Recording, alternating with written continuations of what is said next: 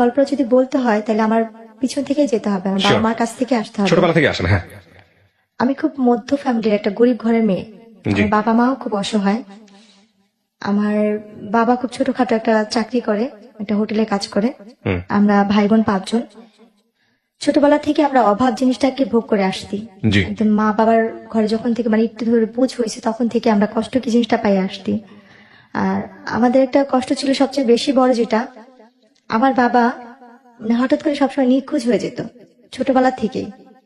আমরা যতটুকু মনে পড়ে, আমার ছোট ভাইটা যখন একদম কোলে, খুব ছোট কোলে কয়েক মাস হয়েছে, তখন এর কথাটা আমার মোটামুটি ভালোই মনে আছে। এর আগে থেকে নাকি আম্মুর সাথে আব্বু এরকম করতো। আম্মুর যখন বিয়ের 7 দিন বিয়ের বয়স, তখন থেকে আব্বু এরকম নিখোঁজ হয়ে যেত। এটা নাকি আব্বুর একটা রোগ ধরতে গেলে ছিল, একটা অভ্যাস, মানে হঠাৎ হঠাৎ করে নিখোঁজ হয়ে যেত। ছোট থাকতে। আম্মুর বিয়ের 7 দিন থেকে, কারণ তখন যে আম্মু চলে যাবে, কারণ আম্মুর তো ঘরে সৎ মা ছিল, তার বাবা মানে নেই, বাবা যা মা বলতো তাই করতো। তো এই কারণে আম্মু আর কখনো আলাদা হওয়ার চিন্তা ভাবনা করে না, যে তার তো কোনো নেই, সে কার কাছে যাবে। তো আমার মা বাধ্য হয়ে সেখানেই সংসার করছে আমার বাবার সাথে। তো এইভাবে করতে হতে আমরা 5 ভাই বোন হয়েছি। তো আমার যতটুকু মনে পড়ে, আমার ছোট ভাইটা যখন কোলে ছিল তখন আব্বু একদম নিখোঁজ হয়ে গেছে। আব্বুর আর কোনো খোঁজ খবর ছিল না। 3 বছর আমরা আব্বুকে, 3.5 বছর কোনো কাছেই পাইনি। বাবা কি জিনিস বা বাবা কি বেঁচে আছে কিনা সেটা আমরা জানতাম না। তো আমার ভাইয়া, আমার বড় ভাই আমাদের বাবার মতো। তার ঋণ কখনো আমরা শোধ করতে পারবো না, এবং আমার মার ঋণও কখনো শোধ করতে পারবো না। আমার আম্মু সেলাই মেশিনের কাজ করে, বাসায় কাজ করে, মানুষের এটা সেটা সবকিছু করে আমাদের। আপনি নিজের চোখে দেখেছেন এগুলা? এই দৃশ্যটা আমার নিজের চোখেই দেখা। আচ্ছা। আমার ছোট ভাইকে যখন কোলে নিয়ে আমার বাবা চলে যায়, একদম ছোট যখন। বাবা চলে যায় বলতে? আমার আব্বু আমাদের রেখে রেখে চলে যেত। বাবা ছোট ভাইকে নিয়ে যেত? না, কোলে, আমার আম্মুর কোলে রেখে আব্বু নিখোঁজ। আচ্ছা, হঠাৎ হঠাৎ নিখোঁজ হতো? আব্বুর এটা আগে থেকে ইয়ে ছিল, কিন্তু আমার যখন ফিরতো তখন জিজ্ঞেস করতে না কোথায় গিয়েছিল? কিছু বলতো না। আচ্ছা, কিছুই বলতো না। মানে আমি আমার যতটুকু মনে থাকা থেকে বলতেছি, কিন্তু আব্বু তার আগে থেকে চলে যেত। আচ্ছা। তো কোনো কিছু জানতেন না আপনারা যে কোথায় যাচ্ছে বা কি অবস্থা? বলতো না, মানে কিছু বলে সে চুপচাপ থাকতো। আর আমার দাদির কাছে শুনতাম যে আমার মানে এটা নাকি আগের দিনে মানুষ মানে, এখনকার বর্তমানে যুগে এটা আমরা কেউ মানিয়ে না, বিশ্বাসও করি না, জিন পড়ি না কি বলে, কিন্তু এটা ভুল। একটা মানুষ নিজের থেকেই সরে যায়, তার হয়তো অন্য কোনো সমস্যা ছিল। তো আমার আম্মু তখন থেকে আমাদের ছোট করে বানাতো। হঠাৎ করে 3.5 বছর পরে, তখন আমরা যে ভাই বোন ছিলাম, আমার আম্মু আমাকে কোনো বাসায় দিয়ে দিছে কাজ করার জন্য, আমার আরেক বোনকে কোনো বাসায় কাজ করার জন্য, সেও কাজ করতেছে। কারণ এতগুলি মানুষকে আমার মার খাওয়ানোর মতো সামর্থ্য ছিল না। বা মামার বাসাও আমরা অনেক কষ্ট করে কাজ করে ভাত খাইছি। আমার মামা মামিও অনেক দেখছে। আমার মামা কিছুদিন আগে মারা গেছে। তো আমার ওই মামাও আমাদের অনেক করছে, অনেক দেখছে, এতটাই দেখছে যে বলার বাহিরে। তো যখন আমরা একটু বড় হয়েছি, তখন আমরা আম্মুর সাথেই দেখা গেছে, আম্মু যেখানে কাজ করতেছে আম্মুর সাথে কাজ করতেছি। আম্মু রেডিমেড অর্ডারি ব্লাউজ, বাচ্চাদের রিমা, এগুলো সেলাই করতো ঘরে বসে মেশিনে। ওই আমরা আম্মুর সাথে সেই কাজ করছি। এমনও দিন দেখছি আমার আম্মু কাজ করতে করতে সেলাই মেশিনের মধ্যে ঘুমায় গেছে, আম্মুর হাতে সুই ঢুকে এখান থেকে ঢুকে আরেক পার দিয়ে বের হয়ে রক্ত ঝরতেছে। এরকমও দেখছি যে আমার মা এটা করে সংসার চালাতো। আমার মা এই কাজ করে আমাদের সংসার চালাতো। কয় ভাই বোন ছিলেন আপনারা? 5 ভাই বোন। 5 ভাই বোন ছিল, একজন মারা গেছে। আপনি বড় সবার? না, আমি বোনের মধ্যে মেঝো। আমার বড় ভাই, তারপর আমার আরেকটা বোন, তারপর সেই বোনের পর একটা ভাই ছিল, তারপর আমি, সে ভাইটাই নাই। তো ওই সময়গুলো দেখছি। আর আমার আম্মু অনেক সুন্দরী একটা মেয়ে, এত সুন্দর যে এত গুণের। আমার আম্মু মানুষের নকশি খাতা সেলাই করতো, মানুষের রেডিমেড জামা কাপড় এইসব সেলাই করতো, ফাঁকে ফাঁকে কাজও করতো, মানুষের বাসায় কাজটাও করতো। তো তারপরে ওইভাবে করতে করতে 3 বছর, 3.5 বছরের পরে, মানে আমার ভাইয়া আবু চলে যাওয়ার পর আমার ভাইয়ার 8-এ পরীক্ষা ছিল। ভাইয়া ফাইনাল পরীক্ষা দিতে পারেনি পরীক্ষার ফিসের জন্য। ভাইয়া পরীক্ষা না দিয়ে স্কুল থেকে নাকি ভাইয়ার সাথে খারাপ ব্যবহার করেছে, টাকা দেওয়া হয় না, বেতন দেওয়া হয়নি। তো ভাইয়া না পেরে আম্মুকে কিছু না বলেই, তখন টেম্পুর সময় ছিল, টেম্পু চলতো, ভাইয়া টেম্পুর হেল্পারি করতে গেছে। কত বছর বয়স তখন আমার বড় ভাইয়ার বয়স তখন কত হবে, 12-13। টেম্পুর হেল্পারি করতে গেছে। আর আমার বয়স তখন ছিল হয়তো বা 5 বছর। স্কুলে যান না? ওকে, স্কুল তখনও যাইনি। ওকে, তারপর? তো ভাইয়া টেম্পুর হেল্পারি করতো। তো ভাইয়া যখন টেম্পুর হেল্পারিতে গেছে, তো ওইখানে একটা ভাইয়া ছিল, নাম ছিল বারে। তো ওই ভাইয়াটা বলতেছে কি, তোমাকে তো দেখে মনে হচ্ছে না তুমি হেল্পারির ছেলে। তো ভাইয়া নাকি কান্না করে তার হাত পা ধরছে যে ভাইয়া আমার যেমনি হোক কাজ দিতে হবে, কাজ না দিলে আমার হবে না, আমার ফ্যামিলি চলে না। তো ওনার ভাইয়ার কান্নাকাটি দেখে মায়া লাগছে, তো উনি আমার ভাইয়াকে হেল্পারিতে নিচ্ছে। এরপরে গিয়ে আমার আব্বুকে আমরা হয়েছে 3.5 বছর পরে আব্বুকে খুঁজে পাই, আব্বু আসে। আচ্ছা, 3.5 বছর পরে? 3.5 বছর পরে আসার পরে তাকে আমরা পাই মিরপুরে। আমার বাবাকে খুঁজে পাওয়া যায় মিরপুরে 1 নম্বরে, আমার ভাইয়া তাকে খুঁজে পায়। তো বাবাকে পাওয়ার পরে যেমনি হোক প্রত্যেকটা মেয়ে যে সংসার ঠিকানোর জন্য, ভাঙার জন্য না। হুম তো আমার আম্মু আমার আব্বু আসার পরে ওই আমার ছোট ভাইটাকে যখন কোলে রেখে গেছে, ওকে আয়সা পাইছে 2 বছরের, হুম 2 বছরের না, 2 বছর না 3 বছরের মানে বেশি, কারণ ভাইটাকে কোলে রেখে গেছিল। হুম তখন আমার ভাইটা কথা বলতে পারে, ভালোই হাঁটতে পারে। তো আব্বুকে যখন পাওয়া গেছে, ওই আব্বুর কারণেই আমাদের মিরপুর যাওয়া। আচ্ছা আব্বু মিরপুর বলতেছে যে আমি এখানে থাকবো না, এলাকা সবাই যেহেতু এটা নিয়ে জানাজানি হয়েছে, তুমি কাজ করছো, থাক, যার হয়েছে চল আমরা মিরপুর চলে যাই। হুম তখন আমরা ওই এলাকা থেকে মিরপুর চলে যাই। আচ্ছা মিরপুর আমরা যাই 2005 সালে। আচ্ছা 2005-এ আমরা মিরপুর চলে যাই। যার পরে ওইখানে আমাদের আর কোনো কাজ করতে না, কারণ আব্বু আসলে আমাদের আর কোনো কাজ করতে হতো না। আব্বু যে কাজ করতো, হোটেলে কাজ করতো, তো আমাদের আল্লাহর রহমতে সংসার চলে যেত। ওকে তো কাজ টাজ করতো 5 বছর, মানে 2005-এ যখন আব্বুকে পাওয়া হয়, 6-এর দিকে আমার বোনের বিয়ে হয়।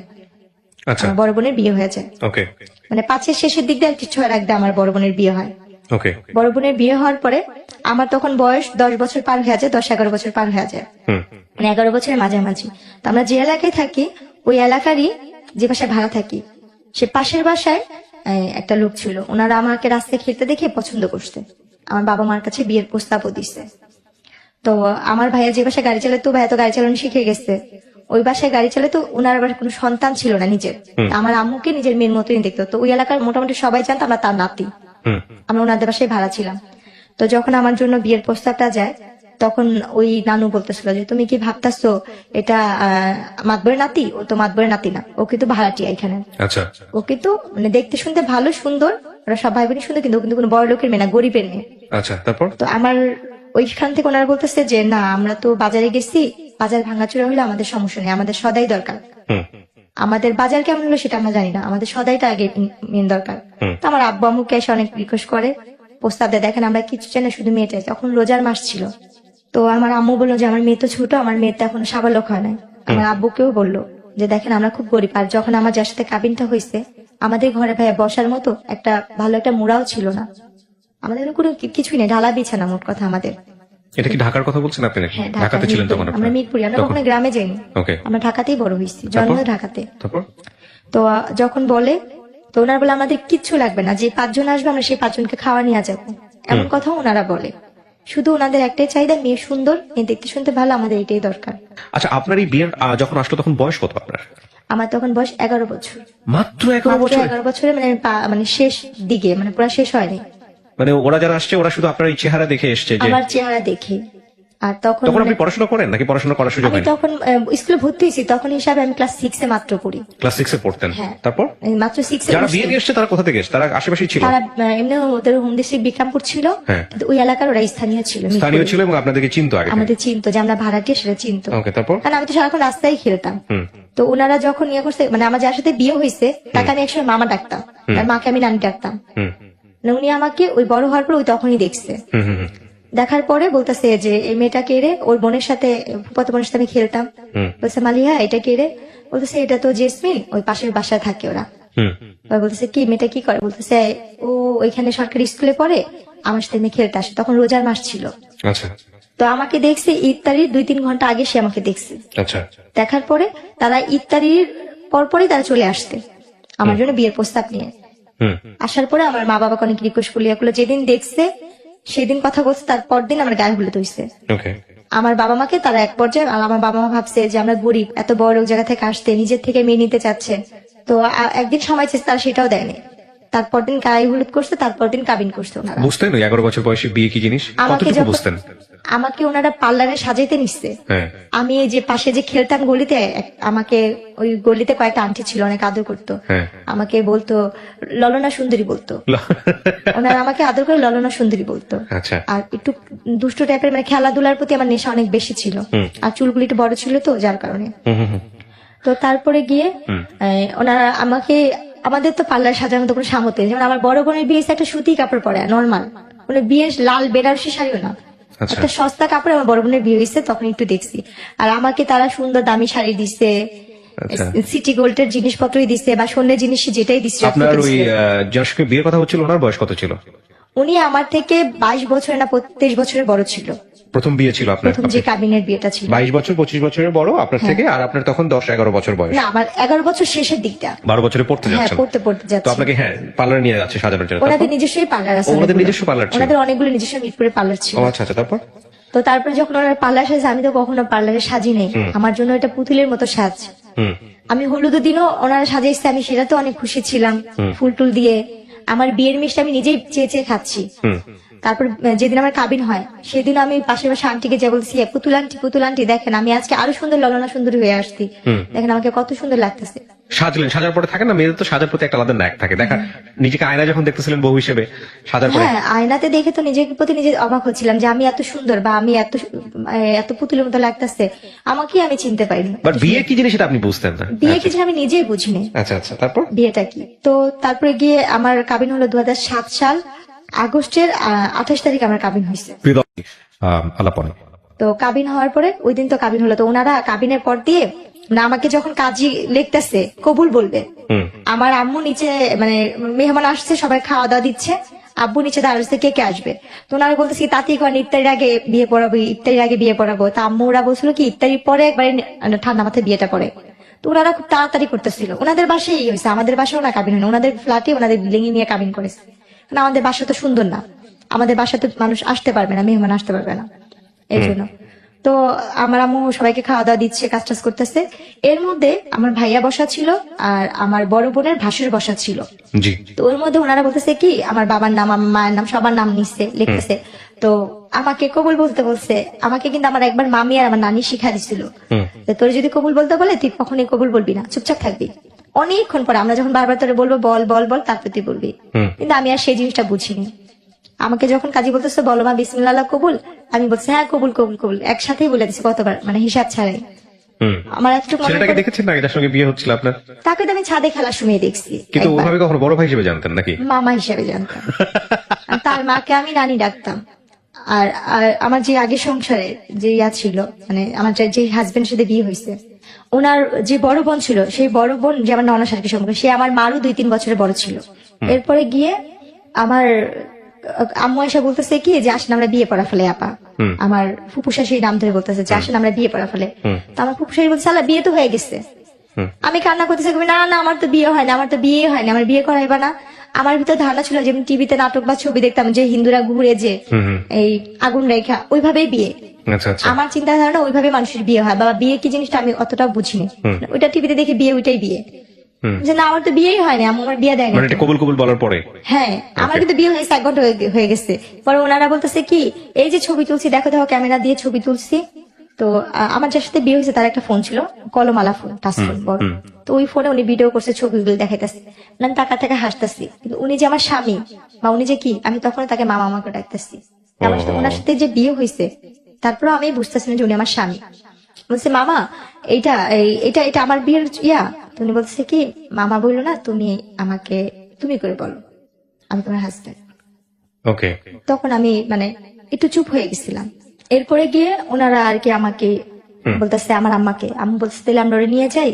বলছে না দেখেন যেহেতু কাবিন হয়েছে, ছেলে মেয়ে তো একসাথেই থাকুক। আম্মু বলছে না আপনারা তো বলছিলেন যে মেয়ে সাবলোক না হওয়া বলতো, আপনারা ছেলে মেয়েকে এক জায়গায় করবেন না। বলছে ও তো আগে মামা ডাকতো, ওর তো একটু ফ্রি হওয়ার দরকার আছে, একটু থাকুক, কথা টথা বলুক, রাতে আমাদের সাথেই থাকুক, তারপরে আমি তারপর দিন নিয়ে দিয়ে আসবো নি। পরে আম্মু আব্বু মানে চুপচাপ থেকে আমার নানি বলতেছে কি যে না ঠিকই আছে, রেখে যা, কারণ থাকা দরকার আছে, বোঝার দরকার আছে যে ও এখন আরেক বাড়ির বউ, এই কাজটা। তা আমার শ্বশুর বাড়িটা ছিল রাস্তার এই পারে ছিল আমার শ্বশুর বাড়ি, 1 গলির পরে আর কি আমাদের বাসা। মানে আবার চাইলে ভিতর দিয়ে আরেকটা গলি আছে যাওয়া যেত, বলা যায় এই পারে ওই পার। এরপরে গিয়ে রাতে যে কাহিনীটা, ওনার অনেক সুন্দর করে ফুল টুল দিয়ে ঘর সাজাইছে, রুম সাজাইছে, আমাকে নিচ্ছে, আমি নিজের ঘরে নিজে ফুল টুল নিয়ে টেটুনি খেলতেছি, আমি নিজেই ওইটা যে আমার ঘর। তো ওনাকে দেখে আমি খুব ভয় পাইতাম, আমি বিয়ের আগে থেকে ওই মামাকে দেখলে ভয় পাইতাম, কারণ সে তো পলিটিক্স করতো, রাজনীতি করতো, তাকে আমি খুব ভয় পাইতাম। তার চোখ অল টাইম লাল থাকতো, আর খুব ফর্সা মানুষ তো। লাল কেন থাকতো এটা বুঝতেন না? না আমি ওটা কখনই বুঝতাম। আচ্ছা, তারপর ওনাকে যখন রুমে দেখছি না, আমি ভয় চুপচাপ হয়ে গেছি। উনি না গুন্ডা, ওনাকে না সবাই ভয় পায়, এলাকার সবাই ওনাকে নাম ধরে যেটা বলে। উনি এই ঘরে কেন, উনি কি আমার সত্যি তেল স্বামী? উনি তখন বললো উনি আমার হাজবেন্ড। তো ওই জিনিসটা আমার ভিতরে ভয় কাজ করছে। তো তখন থেকে তার ভিতর থেকে আমার একটা দূরত্ব, সে যে আমার স্বামী সেটা আমি কখনোই মানতে পারতাম না, ভয় পাইতাম। আচ্ছা তারপরে ওই দিনের ঘরে আমাকে কোনোভাবেই দিতে পারবেনি, যতবারই দেয় হয় খাটের নিচে পলে, এই রুমে ঢোকাচ্ছি, ওই পাশে বাইরে বের হয়ে যাচ্ছি। আমার সারাটা রাত এভাবেই গেছে, ও মানে কোনোভাবে আমি কান্নাকাটি করতেছি, চিল্লাইতে আসছি। পরে আমার যে ফুপু শাশুড়ি ছিল উনি বলতেছে ঠিক আছে থাক, ও আমার সাথে ঘুমাক, আমি পরে তোকে ডাক করে দিবনি। রাতে তো খাওয়া দাওয়া করলাম ওনাদের সাথে সবাই একসাথে, খাওয়া দাওয়ার পরে ছবি তুললো, আমাকে জোর করে উনি নিয়ে নেওয়া ছবি তুললো, আমার হাজবেন্ডের সাথে ছবি তুললো। পরে এক পর্যায়ে যেহেতু কেউ নাই আমার বাবা মা এখানে, আর যেহেতু আমার বিয়ে হয়ে গেছে এটা আমাকে বুঝতেই হচ্ছে, শ্বশুর বাড়িতে চলে গেছেন। হ্যাঁ, তখন ছবি তুললো, ছবি তুলছি, ওনাদের সাথে আসছি, কিন্তু ওনার সাথে আমি ওরকম ভাবে কথা বলছি না। উনি আমার শরীরে হাত রেখে ছবি তুলছে, আমি তারপর ভয় পাচ্ছি, শুধু ভয়ে ওখানে ছবি তোলা। এরপরে গিয়ে সকাল মানে রাতে যখন আমার ফুপুর সাথে শাশুড়ির সাথে ঘুমাইলাম, মাঝরাতে তখন 4টা বা 3:30 বাজে, হঠাৎ করে ঘুম ভাঙছে, দেখি যে না উনি ওই রুমে আমাদের সাথে একসাথে শুয়ে আসছে। আচ্ছা তো যাক, তখন ওই মুহূর্তে তখন দিয়ে উঠে বসে বসে কান্না করতেছি যে আমি মনে হয় আর বাবা মার কাছে যেতে পারবো না। এত বড় লোক বাড়ি, এত সুন্দর ঘর বাড়ি, কিন্তু পুরোটাই আমার ভালো লাগতেছে না, আমার নিজের মতো মনে হচ্ছে না। যতটা আমার ভাঙা ঘর বা খুব ছোট বাচ্চা মাটির যেসব বিছানা, অনুভূতি গুলো আসে, রাইট? হ্যাঁ, আমার ফ্যামিলিটাই আমার কাছে বেস্ট। তো আমি ভাবতেছি কখন সকাল হবে, কখন আমি বাসায় যাব, কারণ আমি এই বাসা তো চিনি আর আমাদের বাসাও চিনি। ওকে এর করতে যখন সকালে ফজরের আজান দিল, আমি বসে রয়েছি, একবার লুকায়, ওনারা সবাই ঘুমে, কেউ জানেই না, আমি দৌড় দিয়ে যা দেখে আসলাম, ওনার বাসা ছিল 3 তলা, তো ওনার 3 তলা থাকতো, দৌড়া যা দেখছি কেচিকেট খুলছে কিনা, দিদি না কেচিকেট খুলে নেয় অত ভোরে, আবার দৌড়া চলে আসছে, এসে খাটের নিচে লুকায় আসছি, বসে আসছি। এরপরে যখন সকালবেলা 6টা বাজে, আমি তখন ওই মুহূর্তে বাসা থেকে চলে আমাদের বাসা চলে যাই, গেট টেট খুলে আমি আমাদের বাসা চলে গেছি। আমি আমাদের বাসা যা ঘুমা, আম্মু বলতেছে তুমি এত সকালে, আমি বলছি, ওনারা আমার পাঠা দিচ্ছে, ওনারা বলছে তুমি বাসা যাওয়া, আচ্ছা আমি এই জন্য বাসায় এসে পড়ছি। ওকে তা আম্মু ভাবছে যে ওজন সত্যি বলছে, তো আমি বাসা যে ঘুমা রয়েছি, এদিক দিয়ে ওনারা খুঁজতে বাসায়, আর আমাদের তো ফোন নাই যে আমাদের বাসায় ফোন দিবে, মোবাইল টোবাইল কিছুই নেই যে ফোন দিবে। তো ওনারা খুঁজতেছে, অনেকক্ষণ পর ওনাদের বাসায় কাজের মেয়েকে পাঠাইছে, জি পাঠা যায় বলতে জেসমিন কি বাসায় গেছে, বলে কি হ্যাঁ ও তো কোন সকালে এসে ঘুমা রয়েছে, আপনার Okay. ওরা নাকি পাঠা দিচ্ছে ওর ফুপু শাশুড়ি। ওকে বলছে, দেখছেন হ্যাঁ সবাই ম্যাডামরা খুঁজতেছে, ওরা কেউ পাইতেছে না। ওরা আম্মু আমার বকা দিল, 2টা থাপ্পড় দিল, যে তুমি এখন বড় হয়েছে, তোমার বিয়ে হয়েছে, তুমি তো যখন তখন জেলে আসতে পারবে না, আসলে কে তোমাকে নিয়ে ওনারা সংসার করবে, তুমি তো মেয়ে মানুষ, তোমার কপাল তো সেখানে বিয়ে হয়েছে, ভালো জায়গায় বিয়ে হয়েছে। আম্মু বোঝাইলো, আম্মুর মতো করে আম্মু বুঝলো যে এখন ওইটাই তোমার আসল বাড়ি, ওখানে সুখ হোক দুঃখ হোক তোমার এখানে ভাগ্য করে থাকতে হবে, আর তোমার কপাল ভালো যে তুমি এমন ফ্যামিলির একটা বউ হইছো। এগুলো যেটা বোঝায় আর কি অভিভাবকরা। হ্যাঁ বেশি দিন তো না, তুমি কয়দিন থাকো, তোমাকে পরে উঠা দেওয়া যখন হবে তখন এই কয়দিন ওইখানে যা থাকো, পরে আবার আম্মু নিয়ে দিয়ে আসতে। ওনারা সেদিন ওনাদের বাসায় অনেক মানে পার্টির আয়োজন করছে, লোকজন আসতে, বউ দেখছে, সবাই বলতেছে না বউ অনেক সুন্দর হয়েছে, সবাই নাম ধরে ধরে বলতেছে ওর বউটা অনেক সুন্দর ভালো হয়েছে, কিন্তু অনেক ছোট, বয়স ছোট। বলছে হ্যাঁ ঠিক হয়ে সিক্সে যাবে। পড়তেন তখন আপনি? হ্যাঁ, এরপরে যেটা হয়েছে, আমাকে আমার বাবার বাসা দিয়ে গেছে, 3-4 মাস পরে ওনারা ঘুরতে যাবে, ওনার সাথে ঘুরতে যাওয়া অবস্থায় যখন ঘুরতে গেছি, আমার অলরেডি তখন বাচ্চা কনসিভ করছে, আচ্ছা এটা আমি বুঝতে পারিনি যে আমার গর্ভে বাচ্চা। তো আমার যখন বিয়েটা হয়েছে, আমার ফুপু শাশুড়ি, আমার চাচা শ্বশুর এরা জানতো, কিন্তু এরা আবার কি করছে, আমরা গরিব বলে ছেলের মা বাবা মানে বাবা তো নেই, মা মানবে না বিধায় আমার বড় ভাসুর, আমার ফুপু শাশুড়ি, আমার চাচা শাশুড়ি, আমার শাশুড়িকে জানায় না বিয়ের কথাটা। আমার শাশুড়ি নাকি জানতো না আমার বিয়ের কথাটা, আচ্ছা কারণ সে তো গরিবের মেয়ে নিবে না। ও কিন্তু আমার যে বড় ভাসুর সে খুব ভালো ছিল, ওকে, এবং সে সেটা মানতো না বলেই সে ইনফর্ম ছিল না। হ্যাঁ, কিন্তু আমরা জানতাম না যে আমার শাশুড়ি না, আমার মার সামনে অন্য একজনকে ফেস করেছে, এটা শাশুড়ি, ও ছেলের মা। ভয়ঙ্করতম কাজ। তো তখন আর কি যখন আমার বাবু পেটে আসছে, আমার বাচ্চা নাকি 2-3 মাস মানে বাচ্চা পেটে, আমি তো বুঝি না একটা মেয়ে অসুস্থ হলে যে জিনিস সেটাও তো আমি বুঝতাম না। তা আমি খুব বমি করতাম, মাথা ঘুরে কিছু খাইতে পারতাম না, মানে আমার কাছে খুব খারাপ লাগতো। তা আম্মু ওই জিনিসটা নিয়ে খালি বলতো কি হঠাৎ করে এমন করতেছে কেন, আর শুকা যাচ্ছি, কালো হয়ে যাচ্ছি। তখন আমার আম্মু, আমার বড় বোন বলতেছে কি মা আম্মু ওর কি বাচ্চা টাচ্চা পেটে আসলো নাকি, আর আম্মু বলতেছে ওর বাচ্চা পেটে আসলে তো বুঝতাম, বা আম্মু আমাকে জিজ্ঞেস তোমার কি এরকম কখন হয়েছে, কি জানি আমি জানি না, আমি সেটা বুঝতে পারিনি। এরপরে গিয়ে আমার মা আমাকে একটা ডাক্তার দেখাতে নিয়ে গেল, ডাক্তার দেখানোর পরে ওখানে প্রস্তাব পরীক্ষা দিল, কয়েকটা পরীক্ষা দিল, এই রিপোর্ট গুলো আনতে গেল আমার হাজবেন্ড, উনি আমাকে নিয়ে গেল সাথে করে। রিপোর্ট গুলো আনতে যাওয়ার পরে বলতেছে ওনার তো বাচ্চা পেটে, উনি তো ওনার 3 মাস শেষ পর্যায়ে, বাচ্চা 4 মাসে পড়বে। তো এই কথা শোনার পর উনি খুব খুশি হয়, উনি খুশি হয়ে ওনাদের গ্রামের বাড়িতে আমাকে নিয়ে যায় বিক্রমপুরে। আচ্ছা উনি আমাকে বিক্রমপুরে নিয়ে যাবে, এই ফার্স্ট আমি আমার শ্বশুর বাড়িতে যাচ্ছি। আচ্ছা। তো আমার শ্বশুরবাড়িতে যখন যাবো তখন আমি খুব কান্নাকাটি করতেছি। এতদিন তো আমার ফুপু শাশুড়ি, চাচা শ্বশুর বাড়ি, আমি জানতাম এটাই আমার শ্বশুর বাড়ি। হুম। তো যখন সে বললো যে দেখো তোমাকে তো আমার মার কাছে কখনো নিয়ে নেই, তোমাকে চলে আজকে আমার মার কাছে নিয়ে যাবো, বলছে ওই যে আপনার ওইটা আমার ফুপু আম্মা, হুম। ওইটা আমার আরেকটা ফুপু আম্মা। আচ্ছা। এরপরে গিয়ে উনি যখন নিয়ে যাবে আমি ভয় পেতেছিলাম যেমন না যেমন অনেক কান্নাকাটি করতেছি। আমার ছোট বোন আর মামাতো বোনকে নিয়ে যাই, হুম। আমরা একসাথে বিক্রমপুর যাই। আচ্ছা। ভাইয়া যেদিন যাই সেদিন আমাদের যেতে যেতে রাত মানে আমরা বিকালবেলা রওনা হয়েছি, তো শীতের দিন ছিল, হুম। এটা 2008-এ পড়ে যায় কাহিনীটা। আমরা গিয়ে ওখানে গিয়ে পৌঁছাই সন্ধ্যার সময়। তো ওই অবস্থা দেখে সে আমার মামি শাশুড়ির বাসায়, আমার আরেকটা ফুপু শাশুড়ির বাসায়, যে কিনা মুক্তিযোদ্ধা তার ফ্যামিলি, হুম। তাদের বাসায় নিয়ে উঠায়, তাদের বাসায় রাখে। রাখার পরে ওনারা বলতেছে মাশাআল্লাহ তুই তো বউ অনেক সুন্দর আছে, আমাদের সবার বউ পছন্দ, মানে সবাই আমাকে অনেক আদর করতেছে। বলছে তোর মাকে বোঝানোর দায়িত্ব হচ্ছে আমাদের, তুই হিসাবে ছেলের বউ আমরা ভালো পাইছি, হাসি খুশি মিশুক। তো ওই রাত্রটুকু ওখান থেকে সকালবেলা আমাকে নিয়ে গেল ওনাদের গ্রামে বেড়ে। প্রথম যে এক গ্রামে রাত্রে থাকলাম, তারপর দিন সকালবেলা ওই গ্রামে গেলাম, আমার শ্বশুরবাড়ির গ্রামে। হুম। তো যাওয়ার পরে ওই জোগানিয়া গ্রামে যাওয়ার পরে ওখানে আর কি ওনারা বউ দেখে আমার শাশুড়ি বলতেছে খালি কি চামড়া দলাই আনছিস, কোনো টাকা পয়সা আনিস নাই, বউর সাথে কিছু দেয় না। উনি আমার কানে হাত দিচ্ছে, গলায় হাত দিচ্ছে, হাতে হাত দিচ্ছে। শাশুড়ি? হ্যাঁ, শূন্যের কিছু নেই। হ্যাঁ। তখন আমি বলতেছি কি আল্লাহ, উনাকে তো দেখছিলাম ওই নানুর বাসায়, হুম। হুম। হুম। তাহলে উনিও তো আমাদের নানি হইতো। আর উনি খুব বয়স্ক ছিল, উনিও হয়েছে রাজনীতিকের সাথে, উনি গ্রামের আর কি মেম্বার নাকি বলে যে উৎসবে দাঁড়াইছিল। উনি সবসময় পুচিদা শাড়ি পরতো, ওনার গলায় মোবাইল ব্যাগ থাকতো, মানে খুব শৌখিন, বয়স হয়েছে কিন্তু উনি খুব শৌখিন ছিল। হুম। আর আগের দিনই নাকি মেট্রিক পাস, ওনার যুদ্ধের অনেক আগে তার 3 সন্তান হয়েছে। হুম। তো উনি আমার গলায় কানে হাত দিয়ে বলছে তোমার বাবা মা কিছু দেয় নাই, তোমার বাপ কি করে? আমি বলছি আমার বাবা হোটেলে কাজ করে। এটা Okay. শুনে সে আরো রাগ হয়ে গেছে। ওই মুহূর্তে ওনারা কি করলো, মা ছেলে ঝগড়া করতেছে। আমার আরেক ভাসুর, আমার আরেক দেবররা, 2 দেবর মিলে ঝগড়া করতেছে, তারা ঝগড়া করতেছিল। ওকে। তারা ঝগড়া করতে করতে আমার যে বড় জাল যে ভাসুরের বউ যে ছিল, আমার সেই বড় ভাসুরের বউ আর আমার আরেক ভাসুরের বউ, তারা মিলে রান্না বান্না করতেছে, বউকে যেটা খাওয়ানোর মিষ্টি টিষ্টি সব বানাচ্ছে। তো তখন বাজে সকাল 10টার দিকে। তো ওই মুহূর্তে কি হয়েছে, তারা 2 ভাই মারামারি, 3 ভাই মিলে ঝগড়া কথা কাটাকাটি করতে একটা মারামারি, অনেক পর্যায়ে দেখি যে দা বুঠি নিয়ে মারামারি হচ্ছে। আমি রুমে, আমি আমার 2 বোন রুমে। কতক্ষণ পরে আমি মানে মারামারি, সে তো আমার স্বামী, তার সাথে আমি যেহেতু সংসার করছি প্রায় 1 বছরের মতো সময় হয়ে আসতেছে কাছাকাছি, তো ওনার সাথে ঝগড়া লাগছে দেখে আমি একটু বাইরে এসে দরজার সামনে দাঁড়িয়েছি। দাঁড়ানোর পরে আমার যে আরেক ভাসুর, মানে মেজু ভাসুর যাকে বলে, সে এসে আমার মুখে বেশ একটা খারাপ করে একটা গালি দিয়ে আমার চুলটা ডাইনা ধরে। আচ্ছা। এইটার আগে মার, একটা গালি দিয়ে বলতেছে এটার আগে মার, ভাষা খারাপ করে এটার আগে মার, এটার বাপ মা এটার কথা দিচ্ছে। উনি আমার চুল টাইনা না ধইরা উনি কি করলো, বলছে মানে অনেক বাজে ভাষায় গালাগালি করছে, ওকে আগে মার, চামড়া ধরা তো গেছে এটা সেটা করতে কথা দিচ্ছে। এভাবে বলে উনি ইয়া করলো। ভাই কখনো যুদ্ধ কি জিনিস দেখি নাই, শুনছি শুধু মুক্তিযোদ্ধা নাকি অনেক কষ্ট, কিন্তু সেই দিনের যুদ্ধটা মনে হয় কি আমার জীবনে অনেক বড় একটা যুদ্ধ ছিল। সেই দিন ওই মুহূর্তে আমাকে মারলো, আমার 2 বোনকে মারলো, আর সেই মায়ের কি উড়াধুরা মায়ের। ওহো, কে গায়ে তুল আপনার এটা? আমার ভাসুর, আমার দেবর, আপনার জামাই ছিল না ওখানে? ওনাকেও মারছে।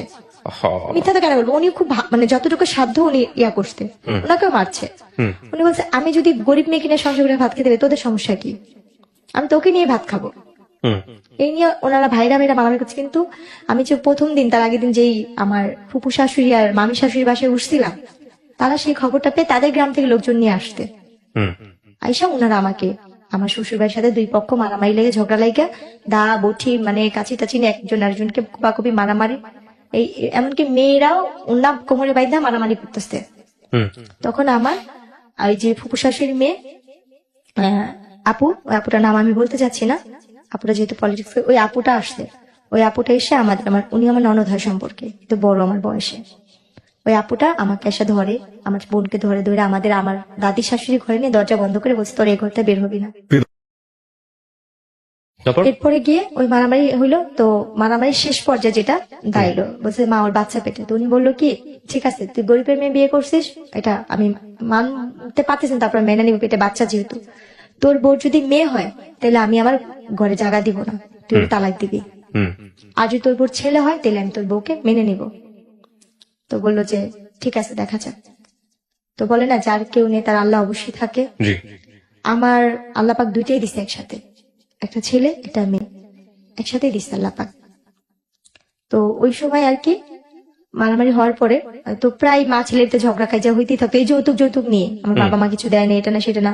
ভাইয়া কোনো একটা ফল খাইতে গেছি, বলতো তোর বাবার বাড়ি থেকে এই ফলটা আসতে, মুখের সামনে থেকে সেই ফলটা নিয়ে যেত, খাইতে পারতাম না। ওহো, কোনো পিঠার সিজনে আমার দুই ভাসুরের বাসা থেকে পিঠা আসতেছে, তাদের বাবা মার আছে, আমার বাবার নাই। আমার বাবা তো ওহো। গরিব, আমরা নিজেই তো একটা ভালো আম কাঁঠাল কিনা খাইতে পারি না। আমার মনে পড়ে আমার ওই বাচ্চাটা, কারণ ওই কথাগুলো আমার ভালো করে মনে নেই। আমার ওই সময় আমার বাচ্চাটা যখন 5 মাস পেটের শেষের পর্যায়ে, আমি আম খাইতে নিচ্ছিলাম। এদের বাসায় অনেক আম গাছ আছে, এদের বাসায় কোনো ফলের গাছের অভাব নেই, অজস্র ফল, সব ধরনের ফল আছে। তা আমি কুড়াইয়া একটা আম খাচ্ছিলাম, ছুলে মাত্র এক কামড় দিছি। আমার ননদাই শুনিয়ে আমটা কাইরা নিয়ে বলতেছে কি, তোর বাপমার বাড়ি থেকে আম আসছে, তুই যে আমাদের বাড়ির আম খাচ্ছিস। আচ্ছা, আপনার জামাই কি করতো? ও হয়েছে কি, পলিটিক্স করতো, নেশা পানি করতো। ওইগুলোর দিকে কোনো খোঁজ খবর থাকতো না? আপনি জামার সাথে এগুলো শেয়ার করতেন যে আমার সাথে এরকম হয়েছে বাসায়? কখনো বলতাম না, কেন বলতাম না, ভাবতাম কি তার বাবা মার নামে বদনাম করবো যদি সে এটা না মানে, না মানে, আচ্ছা। ভাই বোনের নামে বদনাম করবো যদি সে না মানে। আমি তো গরিবের মেয়ে, হুম ভাগ্য তো সে আমি এরকম বাড়ির বউ হয়েছি। হুম এরপরে ওই আম কাঁঠাল নিয়ে, তাই একদিন আমার মাকে আমি ফোন দিয়ে বলি, আম্মু তোমরা নিজেরা খাও বা না খাও, আমার যদি পারো একটু আম কিনা পাঠাও, একটু কাঁঠাল কিনা পাঠাও, হুম কোনো ফলের দিন আমাকে একটু ফল পাঠাও, বা কোনো পিঠার দিন আমার একটু পিঠা পাঠাও। হুম। তা আম্মু চিল্লা পাল্লা করতো, তোরে যদি দিই, আমার তার একটা মেয়ে আছে, কারণ সে তো কষ্ট করে, মানে দুজনকে দিতে হবে, দুজের কেটে দিতে হবে। সেটা তো সামর্থ্য নেই। এখন আম্মু আমাকে বকতো যে দিলেই তো লাইট আসবে, কোথেকে দিব, রাইট। সেই কথা বলতো, দেই না দেই নেই, এরকম হয়। শ্বশুর বাড়িতে দিয়ে কথা হয়, বলে সহ্য করে থাকতে হয়, মেয়ে মানুষ না তুই, হুম এই কথা বলতো। তো সেখানে আমি বলার জায়গা পাইতাম না। আর আম্মু যখন এই যে মারামারিটা হয়েছে, তখন কি আম্মু বলতে কি বাচ্চাটা ফালা দে, তোর আমরা নিয়ে আসা করি, হুম ছাড়া তো বলতাম কি আম্মু মেয়েদের জীবনে কয়বার বিয়ে হয়, তুমি না এত কষ্ট করে আমাদের বড় করছো, তাহলে আমি এখান থেকে যদি যাই মাসে তো খারাপ বলবো। হুম আমি ভাইয়া যতটুকু সাধ্য ছিল, আমি যথেষ্ট পরিমাণে ওই ফ্যামিলিতে থাকার জন্য অনেক চেষ্টা করছি ভাইয়া। হুম তারপরে গিয়ে ওই ফলের ইয়া যাওয়ার পর, ওরা তো আলু দিনে আলু লাগাইতো অনেক, তো আলু লাগানোর জন্য যে মানে কাজ করার লোক আসতো, গ্রাম দেশে বদলি বলে, হুম। অনেকগুলো করে ভাত রান্না করতে হতো। আমি তো কখনো লাড়কিতে রান্না করিনি, জি। তো লাড়কিতে রান্না করতাম, ধানের দিনে ধান নিতাম, আলুর দিনে আলু কাটতাম, পাটের দিনে পাট নিতাম, যা আমি জীবনে কোনদিন চোখেও দেখিনি, সবকিছু করতাম। তো একদিন ওই ভাতের মারগালতে যা মানে ভাতটা পুড়ে গেছিল, আমার শাশুড়ি এসে আমার এই যে হাতটা পুড়া দিছে, এখানে জ্বলন্ত কয়লার লাড়কি দিয়ে এখানে পুড়া দিচ্ছে, এখনো চিহ্নক আছে এই জায়গাটা, জ্বলন্ত কয়লার আগুনটা লাগা দিচ্ছে। আমি চিল্লান দিয়ে উঠছি, এরপর আমাকে কারেন্টের তার দিয়া আমাকে বাইরেছে, আমার পুরাটা পিঠ মনে হয় লাল লাল হয়েছে, মানে এত ইয়া হয়েছে। তখন আমার বাচ্চা 6 মাসে পেটে বসছে। হুম হুম ওই দৃশ্যটা না আমার হাজবেন্ডের কানে, ও তো ঢাকাতে থাকতো, আমি গ্রামে রেখে গেছিলাম, হুম হুম ওকে কে যেন ফোন দিয়া বলছে। ওকে ফোন দিয়ে বলার পরে ও সেই দিন, ও তো এমনি বৃহস্পতিবার দিন যাইতো, শুক্রবার দিন মানে থাকতো, শনিবার দিন থেকে বিকালে চলে আসতো, বা রোববার দিন চলে আসতো। হুম ওই সময় আমাকে বলে কি, ওই দিন হঠাৎ করে চলে আসতে, আয়সা বলতেছে যে তোমাকে নাকি আমার মামা আসতে, বা আমার বোন নাকি বকা দিচ্ছে, এরকম বলতেছিল। আমি ওনাকে কিছুই বলতেছিলাম না, চুপচাপ হয়ে গেছি। মানে এই কাহিনীটা বলার আগে গ্রাম দেশে তো 6টা-7টা বাজেই সবাই মানে নিঝুম হয়ে যায়, যার যার মতো। তো সেদিন আমাকে অনেক মারছে, তো আমি আমার সব কাজটা সেরে আমি আমার ঘরে, আমি যে ঘরটা থাকতাম সেটা একটা পুরানো তো লাড়কির ঘর ছিল, কারণ আমার বাবার বাড়িতে কোনো ফার্নিচার দেয় না দেখা, বা কোনো ক্যাশ টাকা দেওয়া হয়নি দেখে আমার ভাগ্যে ভালো কোনো ঘর জুটে নেই। যখন আমার স্বামী আসতো, তখন আমার শাশুড়ির রুমের সাথে রুমটা আমাকে থাকতে দিত, আর যখন সে না থাকতো আমি ওই ঘরটাই থাকতাম, ওই ঘরটাই ঘুমাইতাম। হুম তো পাটাতন ঘরে তো উনি গেছে, ওনার মার সাথে ভাত খাইছে, কথা বলতেছে, মা ও ভাত খাবে না জেসমিনে, হুম। বলে কেউ খায়া চলে গেছে, তোর খা, তুই খা। আমার বাচ্চাটা ও কি কিছু করতো, কাজকর্ম কিছু করতো আপনার জামাই? এমনি শুনতাম যে প্রেসের কাজ করতো। তো ওইখানে ও বলার পর ও রুমে গেছে, যা বলতেছে কি যে তুমি ভাত খাইছো, আমি বলছি না আমি তো খাইনি, আমি আজকে সারাদিনেও খাইনি, কালকেও খাইনি। হুম বলছি কেন, বলছে আমি এই অন্যায় গুলো করছি দেখা উনি তো আর দেয়নি। ও আমাকে ওই কথাগুলো জিজ্ঞেস করার পর আমি এই কথাগুলো বললাম। হুম বলার পরে ও অনেক মন খারাপ করে বলছে কি, জেসমিন যা করছিস যাই হোক, আমার দোষের কারণে তো এই অবস্থা, আমি তোমাকে ঢাকাতে নিয়ে যাবো, আমি ঢাকায় কাজ করে ভাত খাবো। হুম। ও আমাকে নিয়ে তারপর দিন ঢাকা চলে আসলো। আচ্ছা। ঢাকা চলে আসার পরে ঢাকা দুজনে মোটামুটি ভালোই ইয়ে করতেছিলাম। ও আমাকে ওই যে বাসাটা নিচ্ছে ওইখানে বাসা ভাড়া বেশি, আর পলিটিক্স ওইভাবে থাকতে পারতেছিলাম। তো ও বলে কি তুমি তোমাদের বাসায় থাকো, বাচ্চা হওয়ার পরে আমি তোমাকে নিয়ে আসবো নি। হুম তারপর আমার বাবা মার কাছে এনে দিয়ে গেল, দিয়ে যাওয়ার পরে 3 দিন পর ও বলতেছে কি, শুনেন আমার আম্মা তো বলছে আপনার মেয়ের যদি ছেলে হয় তাহলে আমাদের বাড়িতে উঠাবো, আর যদি ছেলে না হয় তাহলে আপনার মেয়েকে আমি আর নিব না, মেয়ে হলে আমি তালাকের কাগজ বাসায় পাঠা দিব। একে তো আমি বিয়ে করছি কিছুই পাই নাই, আমার অন্যান্য ভাইরা পাইছে। আর আপনার মেয়ের যদি মেয়ে, আমার 2 ভাইয়েরও মেয়ে, আপনার ঘরের মেয়ের ঘরে যদি মেয়ে হয় তাহলে আমি এই বউতে কি করবো? আচ্ছা, এটা কি বলেছে? আমার ওই হাজবেন্ড।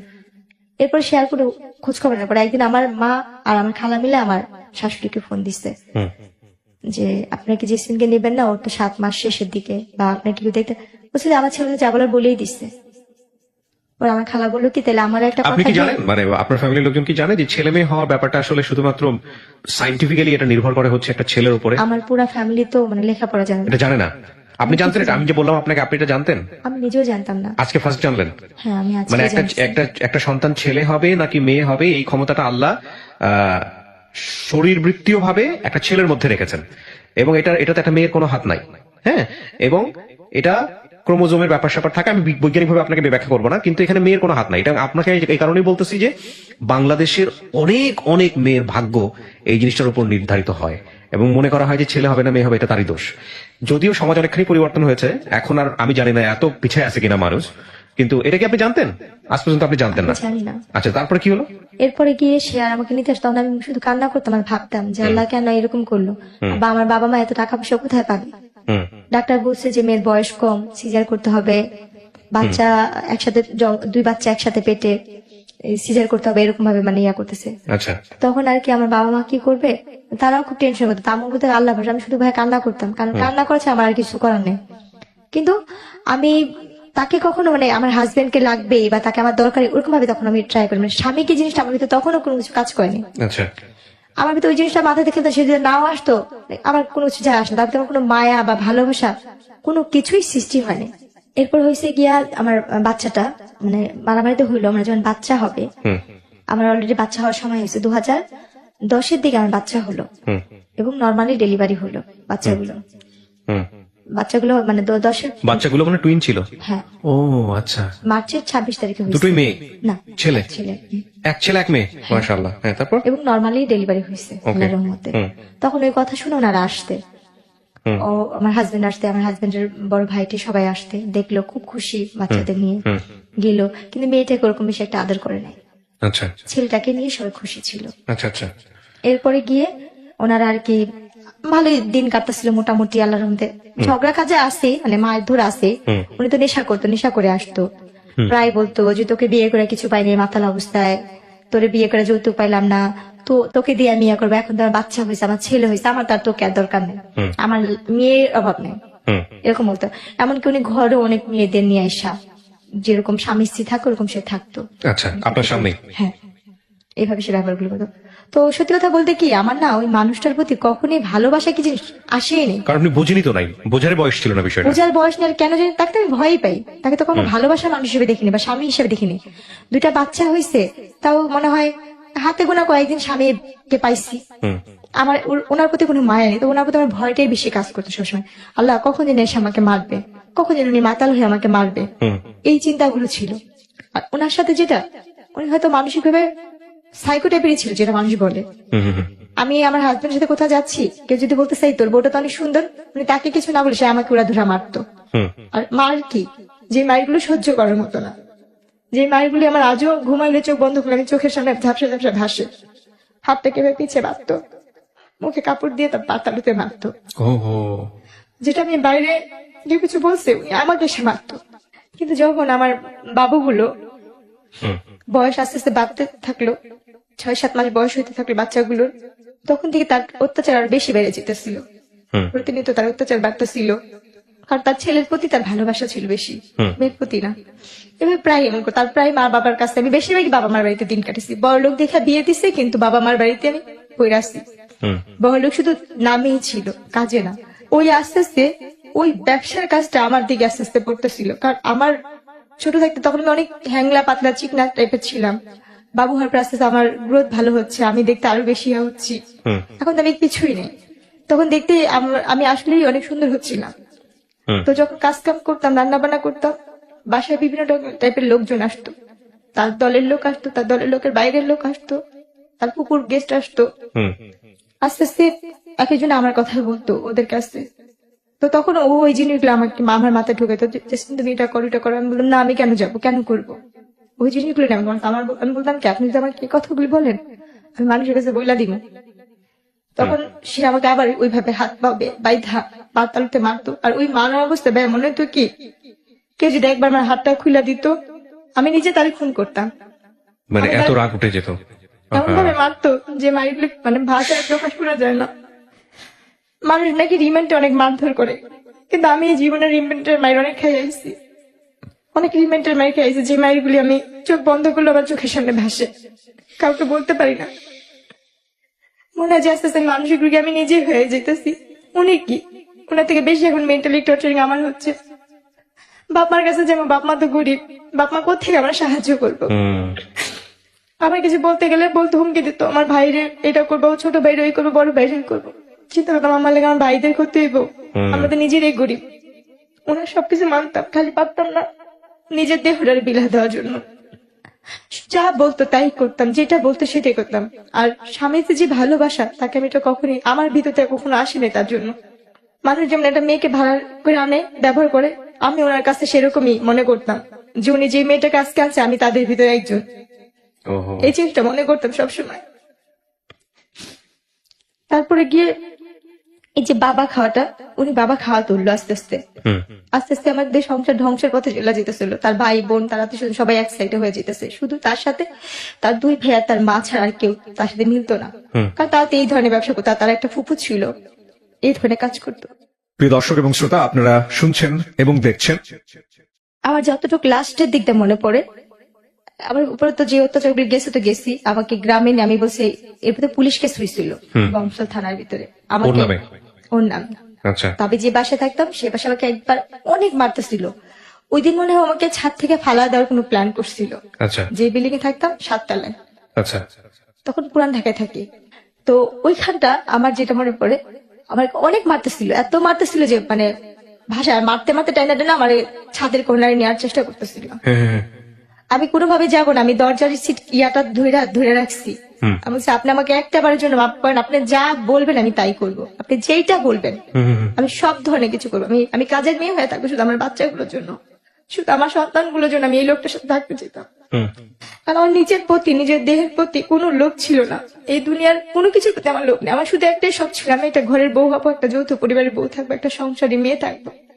আমার একটা ঘর দরকার ছিল, স্বামী যেমনই হোক, আমি সেটা পাইনি। এরপর ওই দিন মারার পরে না শুধু ওই বিল্ডিং এর মানুষজন আমাকে ধরে, তারপর আমি না পাই ওদিন কোনার প্রতি আমার ক্ষিপ্ত একটা ঘৃণা চলে আসছিল যে আমি ওনার অত্যাচার সহ্য করবো না, আমি ওনার প্রতি নিজে যে মামলা করবো, কেস করবো। আমি আমার বাচ্চাটাকে দুইটারে কোলে নিয়ে আমি নাইমা চলে আসছি, পলাই চলে আসছি ধরতে গেলে, যে আমি বংশাল থানায় যাই। ওনার আমার মায়ের চিনুক দিয়ে মাথা ফাটা ছিল, শরীরের এখানে সেখানে মায়ের চিনুক দেখা, ওনার সাথে সাথে আমাকে ইয়ে করতেন, কেস নিয়ে নিচ্ছে। মানে আপনি মামলা করলেন কত সালে? ওইটা 10-এর দিকে, 2010-এর দিকে। তারপর আপনার নেওয়ার পরে নারী নির্যাতন মামলা। হ্যাঁ, তারপর করার পরে ও মা পুলিশ বাসায় আসলো, ওরকে বাসায় পেলো না, ওর ভাই ফোন দিল, ওর মা ফোন দিল, পুলিশ বললো আচ্ছা ঠিক আছে তুমি বাসায় চলে যাও। আমি ওইখানেই বসা, তারা কিন্তু আমার হাজবেন্ডের সাথে কথা বললো, আচ্ছা ঠিক আছে এটা পারিবারিক ব্যাপার, তারা ঘরোয়াভাবে ম্যানেজ করে নেবে, আপনারা যান চলে যান। তার চাচা উকিল, অনেক বড় উকিল, তার মামারা হয়েছে অনেক বড় লোক, তার পুকুরা, তারা নিয়ে আমার বাবাকে ডাকা বললো কি আপনার মেয়ের এত বড় সাহস, আমাদের ফ্যামিলি সম্পর্কে সে জানে, সেই অনেক হুমকি টমকি দিয়ে ঠিক আছে ওকে আর ঢাকা রাখবো না, ওকে গ্রামে রাখবো, গ্রামেই থাকবে এই বলে কোনো কেস অনুমতি আমাকে গ্রামে নিয়ে গেল। গ্রামে নিয়ে যাওয়ার পরে তার তো কোনো খোঁজ খবর নেই, সে আসে না, কিছু করে না। এরপরে একবার 6-7 মাস পর সে বাসায় গেছে, এর মধ্যে সে আমার কোনো খোঁজ খবর নেয় না, যায় না। ওই শাশুড়ি ঢাকায় থাকে, ওই খ্যাত খাবারি করে যেটা জুটে সেটাই খাইতাম। আর আমার কয়েকটা চাচি শাশুড়ি ছিল খুব ভালো বাড়ির মধ্যে, ওনারা আমাকে যতটুকু দেখতো, ওনাদের হাতের কাজ করে দিতাম, রান্না বান্না এটা সেটা উঠান ঝাড়ু দিত, খাবার দিত, কারণ ওইখানে আমার ঘর ভাড়া লাগে না, খাওয়াটাই মেন আমাদের বাচ্চাদের। তো হঠাৎ করে আমি যাওয়ার পর ওনার ফোন আসছে, আমি রিসিভ করছি।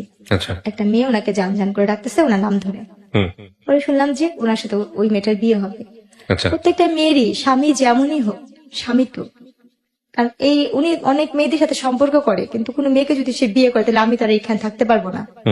ওই জিনিসটা ভাব করে তখন আমি বলছি আপনি যদি বিয়ে করেন তাহলে ওনারা তো বলছে পরবর্তীকালে আপনি কিছু করলে আপনার বিরুদ্ধে ওনারা ব্যবস্থা নিবে। আমি তাহলে ঢাকা যাব, আমি ঢাকা গিয়েই বলবো। পরে উনি কি বললো, তুই ঢাকা যাবি কোত্থেকে, তুই এখানে বের হইতে পারলিস না, এই কথা বললো। যাক, ওই দিন আমাকে অনেক মারলো। তারপর দিন আমি গ্রামের চেয়ারম্যান মেম্বারকে ডাকাইছি, ওদের ডাকাইলো, ওদের সমাজ থেকে এমনি তো এক ঘরে করে রাখতো। তারপরে গিয়ে যেটা করলো, গ্রামের চেয়ারম্যান মেম্বারের বিচার করে দেওয়ার একদিন 2 দিন পরে 2 দিন সে আমার সাথে খুব ভালো ব্যবহার করলো, খুব ভালো ব্যবহার করলো। করার পরে 3 দিনের দিন আমার যেটা মনে পড়ে, আমার বাচ্চাদের ভাত খাওয়াচ্ছিলাম, আচ্ছা। আলহামদুলিল্লাহ। পিছন থেকে আমার হাতটা কে ধরছে আমি সেটা জানি না, আমার আজও মনে পড়ে না। সামনে থেকে আমার শাশুড়ি এরকম আমার গালটা চেপা ধরছে 2 হাত দিয়া, আর আমার স্বামী আমার পাও 2টা ধরে রাখছিল। আমার অতটুক দৃশ্যই আমার মনে আছে, আর কিছু মনে নেই বা মনে পড়েও না। তারপর এরপরে যখন আমি 15 দিন না 20 দিন পরে যখন আমার সেন্স ফিরছে বা আমি একটু সুস্থ হয়েছি, তখন শুনি যে আমি মেডিকেলে, ও মাই গড, হাসপাতালে। আমাকে মায়েরা কোন ধরনের ঘুমের ওষুধ খাওয়ায়া আমাকে বস্তায় ভরে বুড়িগঙ্গা নদীর এখানে ফালা দেওয়া হয়েছিল। ও হো, কিন্তু আমার আল্লাহ কেন বাতেছে আমি জানি না। আমার এই জীবনের প্রতি ঘৃণা, নিজের জীবনের প্রতি শুধু ঘৃণে। তখনই আল্লাহ আমার নিয়ে যেত এই দুনিয়া থেকে। যদি তখনই আল্লাহ আমাকে নিয়ে যেত, তাহলে আজকে আমি যেখানটা আসছি বা যেখানে কথা বলতে আসছি, হাজার হাজার মানুষ আমার যেখানে দেখবে আমাকে দেখতো না। কারণ আমার বাবা মা গরিব কিন্তু পর্দা করে, আমার বাবা মা 5 ওয়াক্ত নামাজ পড়ার চেষ্টা করে। এরপরে যখন আমি একটু সুস্থ হইলাম, আপনাকে ওই বস্তায় করে ওখান থেকে বের করছে কে, কি জানছেন? সুপাররা নাকি, আমি যেটা শুনছি আর কি, হ্যাঁ সুপাররা রাস্তা ঝাড়ু দেয় না, হ্যাঁ, ওনারা আমাকে দেখতেছে, আমার এই মাথাটুকু একটু পেড়হা নাকি ছিল, আমার সর্বমুখ নীল হয়ে গেছিল। আচ্ছা, পিত্ত নাকি যেরকম নীল থাকে, আমার আম্মুর কাছে শুনছি হ্যাঁ, ওরকম নীল টাইপের। আমি নাকি একটু একটু করে মুখটা আমার এই খাটা নড়তেছে পানির জন্য, পানির জন্য নাকি গলাটা কাঁপতেছিল। তখন নাকি ওইখানে কারণ নাকি করতে পানি টানি দিচ্ছে, মেডিকেলে নিচ্ছে। আমার যে ভাবির ভাই হয়েছে, তখন ছিল একজন কনস্টেবল। না কিন্তু আপনাকে মেডিকেলে নেওয়ার পরে আপনাকে চিনবে কিভাবে মানুষ? চিনবে বলতে ওই যে আপনি পরিচয় বলে দিয়েছেন যে আমার না, বাড়ি না, তাহলে? আমি পরিচয় বলিনি। তাহলে যেইখানে আমার ফালানো হয়েছিল হ্যাঁ। ওই থানার কনস্টেবলের কাজ করতো আমার ভাবির বড় ভাই, আপন বড় ভাই। উনি দেখে চিনেছে আপনাকে? উনি বলতেছে কি, আমার ভাবির নাম ধরে বলতেছে কি, হ্যাঁ। তো ননদ কইরে জেসমিন কত গ্রামের বাড়িতে কত নাই। আচ্ছা ওরা বলতেছে কি, তোরা একবার মেডিকেল আসতে পারবি, সেম দেখতে ওর মতনই একটা মেয়ে। আচ্ছা আচ্ছা, আর এ কথা শোনার পর না, তার 3-4 দিন আগে থেকে মার মন তো, আমার মা নাকি খালি বলতে করে ওর সাথে একটু কথা বলতে পারতাম, ওর সাথে একটু কথা বলতে পারতাম, একটু দেখতে পারতাম। তো যখন ভাবির কাছে কথা শুনছে না, তখন নাকি আমার আম্মু খালি এটা আমার মেয়ে, এটা আমার মেয়ে, চলো যাই চলো যাই। তখন আমার ভাইয়া, আমার আম্মু, আমার খালাতো বোন সবাই মিলে গেছে মেডিকেলে। ওকে, তারপর? যাওয়ার পরে ওনারা আর কি ওখানে আমাকে দেখলো, দেখে তো আমার আম্মু ধরে নাকি কান্নাকাটি করতেছে। আমি নাকি যাকে দেখতাম তাকে দেখে ভয় পাইতাম, যাকে দেখতাম তাকে দেখে আমি ভয় পাইতাম। আমি নাকি কারোর সামনে যেতে পারতেছিলাম না, যাকে দেখতাম তাকে দেখে বলতাম ও মারতে ও মারতে। তারপরে ওই সাংবাদিকরাও নাকি গেছিল ওইখান থেকে আমাকে ঢাকা মেডিকেলের মানবাধিকারের শাখায় পাঠা দিচ্ছিল নাকি ওসিতে। আচ্ছা, ওখানে আমার চিকিৎসা হয় এবং ওইখানে আমার এই চোখের কর্নিয়াটা নষ্ট করে দিয়েছিল। আমি 3 বছর চোখে দেখতে পারিনি, এই বাম পাশে এই চোখটার এটার জন্য এই চোখের সমস্যা হয়েছিল। তারপর? তো ওই সময় চোখে আমার আঘাত পড়ে এবং গলার মধ্যে এই ঠান্ডা হয়ে গেছে, কথা ফ্যাস ফ্যাস করে আসতো, কথা আচ্ছা। ভালো করে বলতে পারতাম না। তারপর? এরপরে যখন আমাকে বাসায় নিয়ে গেল, 20 দিনের না 25 দিনের দিন বাসায় নিয়ে গেল, ওর যে যারা সাংবাদিক মাধ্যমে আমার চাচা শ্বশুর এসে বলছে এই কেস নিয়ে যদি করেন তাহলে আপনাদেরই সমস্যা হবে। তখন আমার বাপ মা চিন্তা করলো আমরা তো এদের সাথে কখনো পারবো না, কিছু করতে পারবো না। আমার বাবা মা কি করলো, না পাইরা আমরা মিরপুর থেকেই ওই এলাকা থেকে আমরা আবার চলে আসলাম আচ্ছা খিলগাঁওতে। আচ্ছা, এদের সাথে আমরা আর কোনো কিছুতে বাড়াবাড়ি করতে যাইনি, বাড়াইনি। মানে পরবর্তীতে মামলা করেন নাই বা এরকম কোনো কিছু, কোনো অ্যাকশনই যান নাই? না। তখন কি মনে হয়েছে যে জীবন যদি না থাকে বা যেহেতু পারবো না, অর্থ নাই, আমাদের তো কোনো সামর্থ্য নেই, আমরা তো এদের সাথে পারবোই না। এক্স্যাক্টলি, সারা পৃথিবীতেই তো এটা একটা বড় সমস্যা, যার অর্থ নাই তার কোনো ক্ষমতা নাই, এটাই রূঢ় বাস্তবতা। কিন্তু রাষ্ট্রের অধিকার হচ্ছে এজ এ নাগরিক হিসেবে আইনি সহায়তার জায়গাতে অর্থ থাকুক আর না থাকুক এটা নিশ্চিত করা। কিন্তু আগলিয়েস্ট ট্রুথ যেটা আমরা সবাই জানি, যার যত অর্থ তার তত ক্ষমতা। পুঁজিবাদী অর্থনীতি বা পুঁজিবাদী বিশ্বের এটাই হচ্ছে সবচাইতে নুড বা নগ্ন চরিত্র, যাই বলি না কেন। আমি ক্যামেরার এই পাশে আছি, আমার দিকে যেহেতু ক্যামেরা ফোকাস না, সো আমি আমার কথা বাড়াচ্ছি না, বলেন তারপর। এরপর যেটা হচ্ছে, মানবাধিকার থেকে আমাদের যথেষ্ট পরিমাণে সাহস দেওয়া হয়েছে। ওখান থেকে তারা আমাকে বলছে তুমি এক চুলো নড়বা না, তোমার টাকা পয়সা কিছুই লাগবে না, আমরা আসছি, আমরা করবো। মানবাধিকার থেকে আমি যথেষ্ট সাহায্য পাইছি ওখান থেকে আমার চিকিৎসা হয়েছে, আমি সুস্থ হয়েছি। মানবাধিকার ওখান থেকে আমার ট্রিটমেন্ট যতটুকু পারবা, আমার মামলা নিয়ে যতটুকু লড়ার, ওনারা যথাসাধ্য চেষ্টা করতে। ওনাদের কাছ থেকে আমি কোনো কম পাইনি, ওনাদের কাছ থেকে আমি যথেষ্ট হেল্প পাইছি ওখান থেকে। আমার ভুলটা ছিল যেটা, ওরা আমার সাথে কথা বলছে ফোনে যে তুই কি চাস তোর বাচ্চাগুলো জীবন নষ্ট হোক, বা তুই কি চাস কোনো ধরনের ক্ষতি হোক, মানে আপনার হাজবেন্ডের পক্ষের লোকজন? হাজবেন্ডের পক্ষের লোকজন থেকে। তখন আমি বলছি কি না, আমি সংসার করতে চাই আমার বাচ্চাদের জন্য। আমার বাবা মা, আমি তো মানসিক ভাবে তখন সুস্থ ছিলাম না পরিপূর্ণ ভাবে। আমার বাবা মা আমাকে শিকল দিয়ে আটকে আটকে রাখতো, যদি আমি না যেতে পারি, যদি থাকি।